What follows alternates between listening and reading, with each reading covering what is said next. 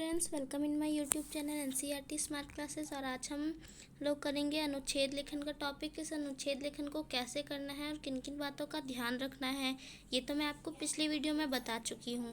और अगर अभी तक आपने नहीं देखी है तो प्लीज़ देख लीजिए, उसकी जो लिंक है वो मैं कमेंट बॉक्स में डाल दूँगी।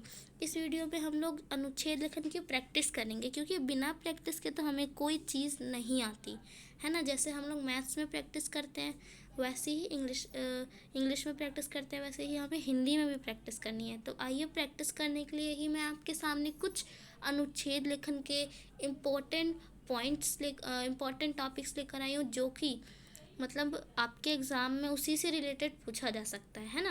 वैसे पूछा तो कुछ भी जा सकता है, लेकिन जो इम्पोर्टेंट चीज़ें होती हैं, जो आजकल मतलब आने के जो चांसेस है, तो हम उससे रिलेटेड टॉपिक्स को आज डिस्कस करेंगे।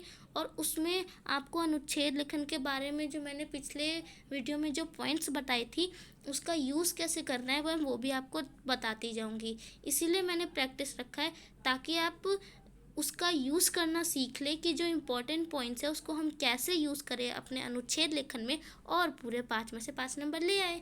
यही तो चाहते हैं आप भी, और यही चाहती हूँ मैं भी, कि आपके 5 में से 5 नंबर आए अनुच्छेद लेखन में, और हिंदी में 40/40। तो उसके लिए चैनल पर बने रहिए। मैंने संदेश लेखन, विज्ञापन लेखन, अनुच्छेद लेखन सबकी वीडियो डाल दी है, जाके देख लीजिए और ग्रामर में पूरे नंबर अटेम्प्ट कीजिए। उसके बाद आता है, आइए शुरू करते हैं। हमें दे रखा है अनुच्छेद लेखन का पहला टॉपिक क्या है, कोरोना वायरस, जो कि बहुत बहुत कॉमन हो गया है ना। और मुझे पता है कि आप सभी इससे अच्छे से परिचित भी होंगे। तो आइए शुरू करते हैं। संकेत बिंदु आपको दिए हुए होंगे एग्जाम में, चिंता नहीं करनी है। लेकिन आपको मानकर चलना है कि संकेत बिंदु नहीं दिए हुए, आपको बस टॉपिक देखना। हाँ, एग्जाम में आप संकेत बिंदु का, अगर आपको एग्जाम में संकेत बिंदु दिया है ना, तो उसका यूज़ ज़रूर करिएगा। इतनी बात समझ में आई।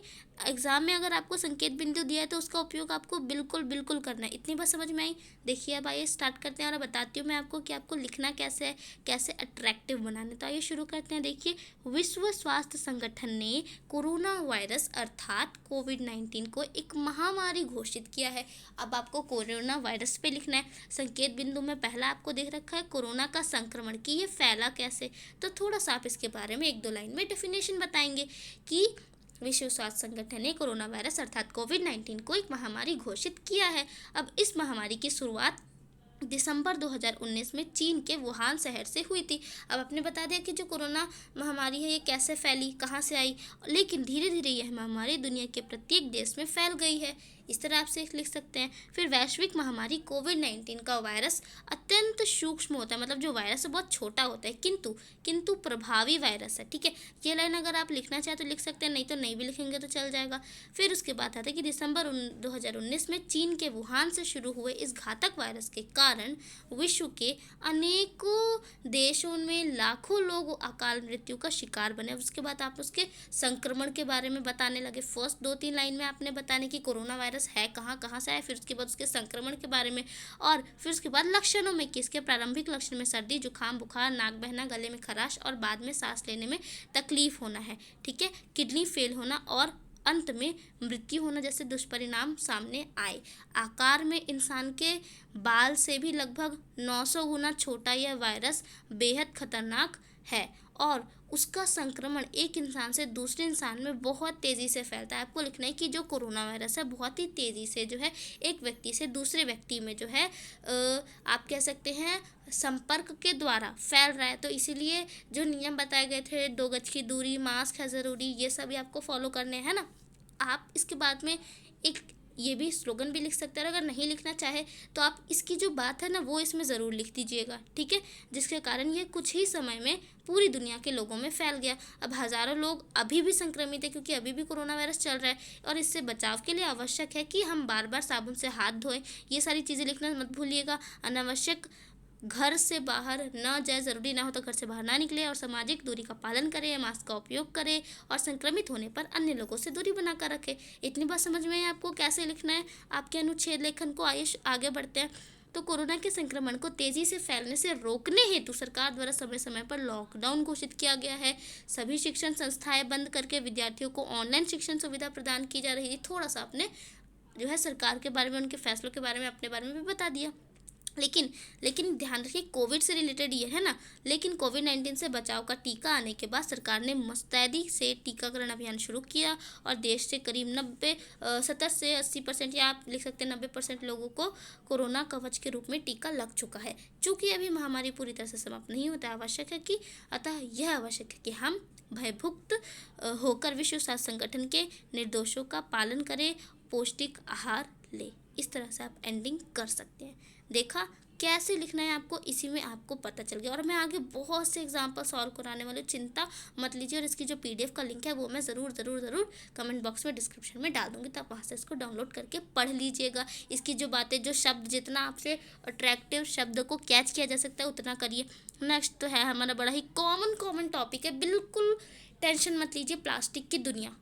वाह क्या टॉपिक है, प्लास्टिक की दुनिया। आइए देखते हैं इस पे कैसे लिखेंगे। तो प्लास्टिक प्राकृतिक पदार्थ नहीं है, यह कृत्रिम पदार्थ है। और आज जिस चीज़ की ओर देखो वही प्लास्टिक की बनी हुई है। भाई सही बात है कि नहीं? बात ना सही है ना।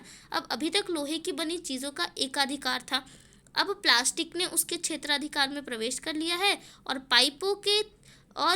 पानी के पाइपों तक प्लास्टिक से बन रहे हैं। मतलब अब क्या हुआ, पहले तो पाइप जो है लोहे से बनते थे, लेकिन अब तो पाइप भी मतलब प्लास्टिक से बन रहे हैं। तो पूरी दुनिया में हमारे क्या है, प्लास्टिक है ना, ये बोलना चाहता है ये। अब पहले प्लास्टिक को कमज़ोर माना जाता था, अब प्लास्टिक लोहे जैसा मजबूत बन गया है। और पाइपें भी कम मजबूत नहीं हैं, पानी के टैंक, दरवाजे, खिलौने प्लास्टिक के ही बन रहे हैं और बिजली के उपकरणों में प्लास्टिक का ही बोलबाला है। उसके बाद प्लास्टिक के जहाँ गुण है वहीं इसके दोष भी कम नहीं है। आप प्लास्टिक की दुनिया में आपने उसके गुण तो बता दिए, उसका उपयोग तो बता दिया, लेकिन आपको उसके नुकसान भी बताने हैं। टूटने पर प्लास्टिक बेकार हो जाता है, यह प्रदूषण को बढ़ावा देता है और प्लास्टिक कभी भी पूरी तरह से नष्ट नहीं हो सकता, इसे हमें रिसाइकल करना पड़ता है ना। तो अब तो प्लास्टिक की थैलियाँ पर पूर्ण प्रतिबंध लगा दिया गया है, लेकिन लोग जो है अभी कहाँ फॉलो करते हैं, उतना अच्छे से नहीं करते ना फॉलो। तो ये जो था हमारा, ये था प्लास्टिक की दुनिया पर। आई होप आपको अच्छे से समझ में आएगा। नेक्स्ट है हमारा कैसा शासन बिना अनुशासन। इसका मतलब है कि अगर अनुशासन नहीं होगा ज़िंदगी में, अगर हमारी लाइफ में डिसिप्लिन नहीं होगा तो उसका क्या प्रभाव पड़ेगा। अच्छा टॉपिक है, देखिए इसे आप कैसे लिख सकते हैं। तो कुछ टॉपिक ऐसे होते हैं ना जिसमें शब्द से ही उसका अर्थ पता चल जाता है, तो आपको वो शब्द पता होने चाहिए जिससे हम शब्द का ही अर्थ निकाल दें। तो अनुशासन बिल्कुल वैसा ही शब्द है। देखिए इसका क्या अर्थ होता है। तो अनुशासन शब्द अनु जमा शासन शब्दों से मिलकर बना है, अर्थात किसी शासन व्यवस्था यानी नियमों का अनुकरण या पालन करना। अगर आपको अनुकरण नहीं लिखना तो आप पालन करना लिख सकते हैं। इतनी बात समझ में आई। आज समाज और देश में सर्वत्र मतलब सभी जगह लिख सकते हैं आप, अनुशासनहीनता दृष्टिगोचर है। मतलब कि देखने को मिल रही है। अगर आपको दृष्टिगोचर नहीं है तो देखने को मिल रही है, ये लिख सकते हैं। अनुशासन के अभाव में शासन चल ही नहीं सकता। किसी भी काम में तभी सफलता मिलेगी जब हम अनुशासन में रहे, और अनुशासन में रहने के लिए त्याग का भाव होना ज़रूरी है कि अगर हमें कुछ पाना है तो हमें कुछ खोना पड़ेगा, है ना। अब सभी अपना अधिकार तो मांगते हैं पर कर्तव्यों का पालन नहीं करना चाहते, इसी से अनुशासन भंग होता है। कि अधिकार तो मांगते कि हमें ये स्वतंत्रता मिलनी चाहिए, लेकिन जो आपके नैतिक कर्तव्य है उनका पालन नहीं करते। सभी को अपनी बारी की प्रतीक्षा करनी चाहिए लेकिन नहीं करते, धैर्य नहीं रखते लोग, है ना।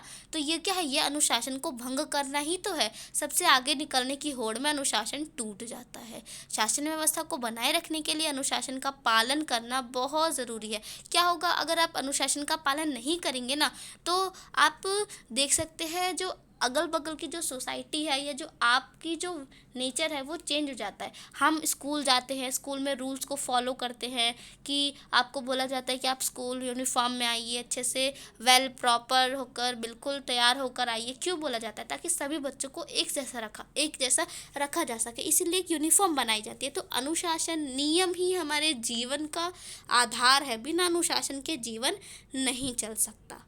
इतनी बात समझ में आई। तो कैसा शासन बिना अनुशासन हमने जान लिया कैसा होगा शासन अगर अनुशासन नहीं होगा तो, ठीक है। और हमने कौन सा टॉपिक पढ़ा, और प्लास्टिक की दुनिया पढ़ी कि भाई प्लास्टिक के है तो हमारे जो ज़िंदगी है, जो हमारी लाइफ है उस पर क्या असर पड़ रहा है इसका। और हमने पढ़ा एक कोरोना वायरस। तो 3 इम्पॉर्टेंट अनुच्छेद लेखन को मैंने आपको आज बता दिया कि इसी तरह का आपको भी अनुच्छेद लेखन लिखना है। और अगर आप चाहते हैं कि मैं और भी टॉपिक्स की प्रैक्टिस कराऊं तो एक बार आप कमेंट में बोल दीजिएगा जिस भी बच्चे को चाहिए, तो मैं और भी प्रैक्टिस के लिए आपकी अनुच्छेद लेखन की वीडियो डाल दूंगी। ठीक है, तो यहाँ पर जो है हमारा वैसे तो टॉपिक कंप्लीट हो जाता है क्योंकि मैंने अभी प्रैक्टिस करा दी आपकी, और पिछले वाले में मैंने आपको इम्पॉर्टेंट पॉइंट्स बता दिए थे। तो अगर आपको और भी प्रैक्टिस के लिए और भी अनुच्छेद लेखन चाहिए तो आप मुझसे बोल सकते हैं कमेंट में, मैं ज़रूर आपके लिए एक सेपरेट वीडियो बनाऊंगी अलग से। तो मिलते हैं नेक्स्ट टॉपिक में, नेक्स्ट वीडियो में। तब तक के लिए बाय बाय। अपने फ्रेंड्स को शेयर कर दीजिए प्लीज़, क्योंकि सबके ही अच्छे नंबर आने चाहिए, और लाइक कर दीजिए, मेरे साथ बने रहिए और आपका जो है पूरी तरह से तैयारी हो जाएगी। ठीक है, सो मिलते हैं नेक्स्ट वीडियो में। तब तक के लिए बाय बाय, टेक केयर।